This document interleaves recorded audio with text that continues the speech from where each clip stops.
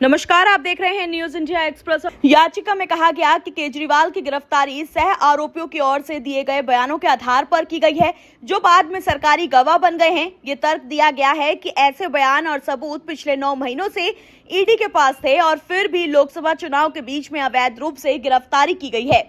केजरीवाल ने अपनी याचिका में ईडी की प्रक्रिया पर भी सवाल उठाए हैं। उन्होंने आरोप लगाया है कि ईडी ने खुद का इस्तेमाल होने दिया, जिससे न सिर्फ चुनाव के बीच राजनीतिक विरोधियों की स्वतंत्रता पर हमला किया जा रहा है, बल्कि उनकी प्रतिष्ठा और आत्मसम्मान को ठेस पहुंचाई गई है। याचिका में कहा गया है कि अगर केजरीवाल को आगामी चुनाव में भाग लेने के लिए तुरंत रिहा नहीं किया गया तो ये सत्ताधारी पार्टी की ओर से चुनाव से पहले विपक्षी पार्टी के प्रमुखों की गिरफ्तारी की मिसाल होगी, जिससे हमारे संविधान के मूल सिद्धांत खत्म हो जाएंगे।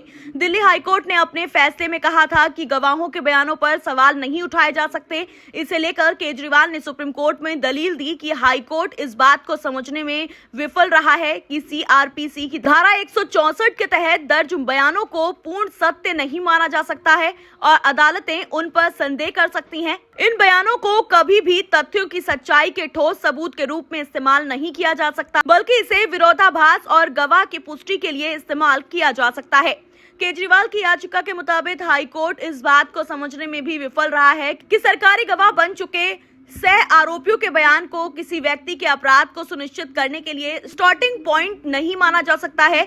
ईडी इस तरह के बयान जबरन दर्ज करवा रही है। याचिका में दावा किया गया है कि हाईकोर्ट इस बात को भी नहीं समझ पाया कि ईडी ने ऐसे बयान जमानत और दोष मुक्ति का लालच देकर दर्ज किए हैं, इसलिए इन पर भरोसा नहीं किया जा सकता है। सुप्रीम कोर्ट में दाखिल याचिका में तर्क दिया गया है कि जिन बयानों के आधार पर गिरफ्तारी की गई है उन्हें 7 दिसंबर 2022 से 27 जुलाई 2023 के बीच दर्ज किया गया था और बाद में केजरीवाल के खिलाफ कोई सबूत नहीं मिला है।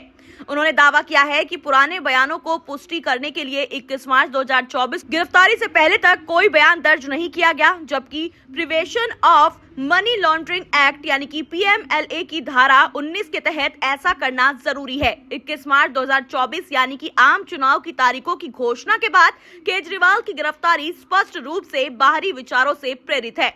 याचिका में कहा गया है कि केजरीवाल को गिरफ्तार करने के लिए सी अरविंद, मंगूटा रेड्डी और शरद रेड्डी के बयानों पर भरोसा किया गया है, लेकिन इन बयानों से दूर दूर तक ये संकेत नहीं मिलता है कि केजरीवाल ने पीएमएलए की धारा 3 के तहत कोई कमीशन का काम किया है। दावा किया गया है कि इन बयानों से केजरीवाल के खिलाफ कोई अपराध नहीं बनता। उन्होंने ये भी दावा किया है कि बूची बाबू और राघव मुंगटा के बयान पूरी तरह से झूठ है, क्योंकि वो केजरीवाल के साथ किसी भी बैठक में मौजूद नहीं थे।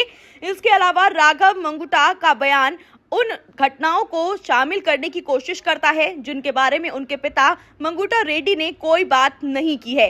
इस याचिका में केजरीवाल की रिहाई और पीएमएलए की धारा 19 के तहत उनकी गिरफ्तारी को अवैध घोषित करने की मांग की गई है। तो अब देखते हैं कि आगे सुप्रीम कोर्ट में क्या होता है। इस तरह की तमाम जानकारी के लिए जुड़े रहें हमारे साथ। धन्यवाद।